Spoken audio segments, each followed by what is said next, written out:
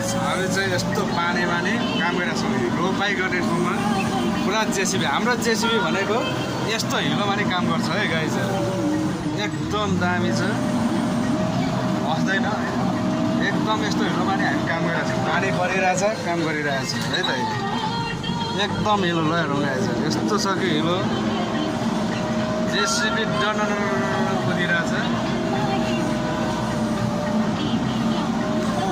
प्रबल छ नि, यसरी माटो सिफ्ट गरिरहेछौँ खेतको, पानी परिरहेछ, हिलो छ भन्ने गरी यस्तो हिलो पुरा यसरी मिलाउँदैछौँ। रोपाइ गर्ने यतिकै भइसकेको छ, यस्तो छ।